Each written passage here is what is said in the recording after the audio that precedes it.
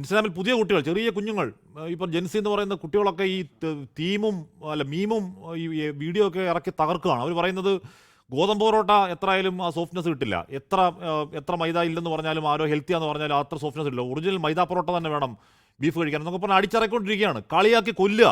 ഷാഹു പ്രസാദ്, ഇതൊക്കെ കണ്ടെങ്കിലും ഒരു ഒരു ഒരു ഒരു മോശമായി പോലെ വേണ്ടായിരുന്നു എന്നൊരു തോന്നൽ ഉണ്ടാവേണ്ടതല്ല ഇതിൻ്റെ നിർമ്മാതാക്കൾ, അണിയറ പ്രവർത്തകർക്കും? ശ്രീ ഷാബു, എൻ്റെ ഹാഷ്മി, ഇത് അവർ ആ നിർമ്മാതാക്കൾ തീരുമാനിക്കട്ടെ. ഇനി അവർക്ക് നാണം വേണോ, ഇറക്കണോ, വേണ്ടയോ, സിനിമ പിൻവലിക്കണോ, നാളെ പ്രദർശിപ്പിക്കണോ എന്നൊക്കെ അവർ തീരുമാനിക്കട്ടെന്നേ. ഈ രാജ്യത്തെ നിയമങ്ങൾ അനുസരിക്കാൻ എല്ലാവർക്കും ബാധ്യസ്ഥരാണ്. ഇനി ജെൻസി പിള്ളേർ അങ്ങനെ മീമുകൾ ഇറക്കുന്നുണ്ടെങ്കിൽ അത് അവരുടെ അവകാശമാണ്, അവർ ചെയ്യട്ടെ. അതിൻ്റെ അകത്ത് എന്താ പ്രശ്നം? ഇവിടെ ആർക്കും ഒരു പ്രശ്നമില്ല. പിന്നെ ഇവിടെ എനിക്ക് മുമ്പ് സംസാരിച്ച അദ്ദേഹം ബഹുമാന്യ വ്യക്തി പറഞ്ഞ ഈ ആവിഷ്കാര സ്വാതന്ത്ര്യം എന്ന് പറഞ്ഞു കഴിഞ്ഞാൽ അത് വൺ സൈഡഡ് ആവരുതെന്ന് പറഞ്ഞത് 100% ഞാൻ അംഗീകരിക്കുന്നു. എനിക്ക് തോന്നുന്നു ഈ 24-ൻ്റെ ചാനൽ ചർച്ചയിൽ തന്നെയാണെന്ന് തോന്നുന്നു, ആ ജാനകി വേഴ്സസ് സിനിമയെ പറ്റിയുള്ള ചർച്ചയിൽ ഞാൻ നേരിട്ട് പറഞ്ഞാണ് ഇവിടുത്തെ ഈ സെൻസർ ബോർഡ് എന്ന് പറയുന്നത് ഏറ്റവും വലിയൊരു മോക്കറിയാണ് എന്നുള്ളത്, ഒരു കോമാളിക്കൂട്ടമാണ് ഇത് എന്നുള്ളത്. ഈ 21-ാം നൂറ്റാണ്ടിൽ ഈ censor board, cinema censor board എന്ന് പറയുന്നത് തന്നെ 100% അനാവശ്യമായൊരു കാര്യമാണ്. ഒരു സിനിമയും ഒരു സൃഷ്ടിയും സെൻസർ ചെയ്യേണ്ടോ അല്ലെങ്കിൽ ഈ രീതിയിൽ നിരോധിക്കേണ്ടതോ അല്ല. അവ ഇറങ്ങട്ടെ, ജനങ്ങൾ കാണട്ടെ. നമ്മുടെ ജനങ്ങൾക്ക് ബോധമുള്ളവരാണ്. കേരളത്തിലെ മാത്രമല്ല, ഇന്ത്യയിലെ 140 കോടി ജനങ്ങളുടെ കാര്യമാണ് ഞാൻ പറഞ്ഞത്. അല്ല കേരളത്തിലെ 3.5 കോടി ജനങ്ങൾ അങ്ങ് എന്താണ് രാഷ്ട്രീയ പ്രബുദ്ധതയുടെ കൊടുമുടിയിലും ബാക്കിയുള്ളവരെല്ലാവരും പാതാളത്തിലുമാണ് എന്നുള്ള അഭിപ്രായമൊന്നും എനിക്കില്ല. ഇന്ത്യയുടെ ഭാഗമാണ്, ഈ രാജ്യത്തിൻ്റെ ഭാഗമാണ് കേരളവും കേരള സമൂഹവും. അങ്ങനെ ഈ നാട്ടിലെ ജനങ്ങൾക്ക് അതിനുള്ള ബോധമുണ്ട്, അത് ചെയ്യട്ടെ. ഇപ്പം കേരള സ്റ്റോറി 1 വന്നു, ഇവിടെ അത് പ്രദർശിപ്പിച്ചു.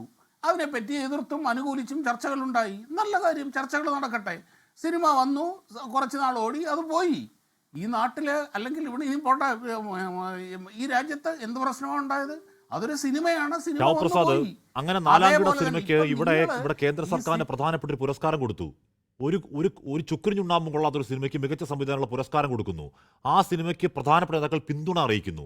ആ സിനിമയ്ക്ക് ടാക്സ് കട്ട് കൊടുക്കുന്നു. അതായത് ഒരു സിനിമയുടെ പ്രശ്നമല്ല, കേരളത്തെ നശിച്ച് നാനാവിധമാക്കി കാണാൻ ആഗ്രഹിക്കുന്നവരുടെ പ്രൊപ്പഗണ്ടയ്ക്ക് സംവിധാനങ്ങൾ കൂട്ടുനിൽക്കുന്നു എന്നതാണ് നമ്മുടെ വിഷമം.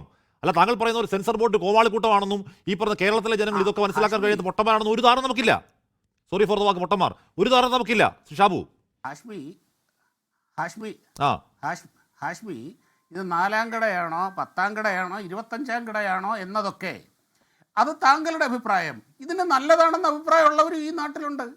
താങ്കളുണ്ടോ? ഇത് നല്ലതാണെന്ന് അഭിപ്രായിക്കാൻ താങ്കൾക്ക് 4-ാം കട എന്ന് പറയാനുള്ള അവകാശം ഉള്ളതുപോലെ തന്നെ ഇത് മികച്ചതാണെന്ന് പറയാനുള്ള അവകാശമുള്ള ആൾക്കാർ ഈ നാട്ടിലുണ്ടപ്പാ. നിങ്ങൾ അവരുടെ അഭിപ്രായത്തിന് വിലയില്ലേ? അവരുടെ സ്വാതന്ത്ര്യത്തിന് വിലയില്ലേ? ആരാണ് അവർ? മാത്രമൊക്കെ തീരുമാനിച്ചാൽ മതിയോ? ഈ സിനിമ നല്ലതാണെന്ന് പറയുന്നവർ കേരളത്തിലിറങ്ങി സിനിമകൾ കാണാത്തവരാണ്. ഷാബു, പ്രഖ്യാപിക്കാൻ ഈ സിനിമ നല്ലതാണെന്ന് പറയുന്നവർ കേരളത്തിലിറങ്ങി ഒരു സിനിമയും കാണാത്തവരാണ്. അങ്ങനെ മലയാളികൾ ഉണ്ടാവുമോ? ഹാഷ്മി ഇങ്ങനെയൊക്കെ അങ്ങ് തീരുമാനിച്ച് പ്രഖ്യാപിക്കാൻ ഹാഷ്മിയും 24 ചാനലും ഒക്കെ ആരാ? നിങ്ങൾ ഇവിടുത്തെ ഒരു കണക്കിന് മാധ്യമങ്ങളിൽ ഒന്ന് മാത്രമാണ് എല്ലാ ദിവസവും രാത്രി ഒരു സിനിമ കാണാൻ ശ്രമിക്കുന്ന ഒരു സിനിമ പ്രേമി എന്ന നിലയ്ക്ക് പറയാ. ഞാൻ 24 എന്ന് പറയുന്നതല്ല, ഒരു സിനിമ പ്രേമി എന്നുള്ള നിലയ്ക്ക്, ഒരുപാട് സിനിമകൾ കണ്ട ആളെന്നുള്ള നിലയ്ക്ക്, മുടങ്ങാതെ IFFK ഒരുപാട് വർഷം പോയ ആളെന്നുള്ള നിലയ്ക്ക്, ഒരുപാട് സിനിമകൾ കണ്ട ആളെന്ന നിലയ്ക്ക് ഈ സിനിമയ്ക്ക് യാതൊരു ക്വാളിറ്റി ഇല്ല സാറേ. അത് പൈസ അവിടെ കണ്ടാളാ, ഞാൻ പൈസ മുടക്കി കണ്ടാളാ. അഭിപ്രായമാണെന്ന് ഇവിടെ ആയിരക്കണക്കിന് നിങ്ങൾ മാത്രമല്ല ഈ നാട്ടിൽ സിനിമാ പ്രേമിയായിട്ടുള്ളവർ, സിനിമയെ പറ്റി അറിയാവുന്നവരുള്ളത്. അങ്ങനെ സിനിമയെ പറ്റി അറിയാവുന്ന ഒരുപാട് ആൾക്കാർ ഇത് നല്ലതാണെന്നും പറഞ്ഞിട്ടുണ്ടെന്നേ. ഇനി പൊതുവെ സമൂഹം തീരുമാനിക്കട്ടെ. അത് കാര്യം നിങ്ങളുടെ അഭിപ്രായം എന്നിലും നാട്ടുകാരിലും അടിച്ചേൽപ്പിക്കാൻ നിങ്ങളുടെ അഭിപ്രായം പറഞ്ഞു വിടുന്നു. എതിരഭിപ്രായമുള്ളവരുണ്ടാകും, അതിനെയും നമ്മുടെ നാട്ടിൽ അതിനെല്ലാം അവകാശമുണ്ട്. അതേപോലെ തന്നെ ഈ രാഹുൽ ഈശ്വർ ഇവിടെ ആവർത്തിച്ചുകൊണ്ടിരിക്കുന്ന കാര്യമാണ്. അത് പല പ്രാവശ്യം കറക്റ്റ് ചെയ്തു, എന്നാലും അദ്ദേഹം അത് വിടില്ല.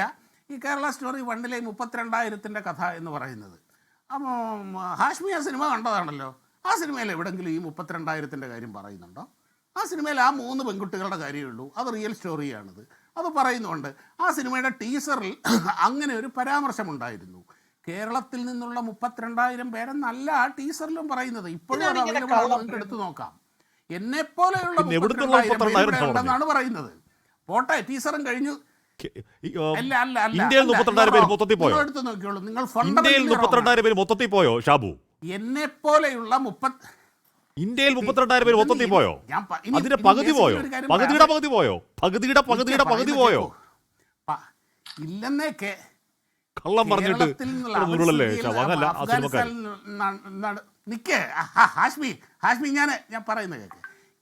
അവിടെ നിന്നാണ് പറയുന്നത്. ലോകത്തിന്റെ പല ഭാഗത്തു നിന്നായിരിക്കും, എന്തായിരിക്കാം അത്. ആ സിനിമയുടെ ടീസറുമാണ്. ആ സിനിമയുടെ കണ്ടന്റിൽ അതൊന്നും ഇല്ല.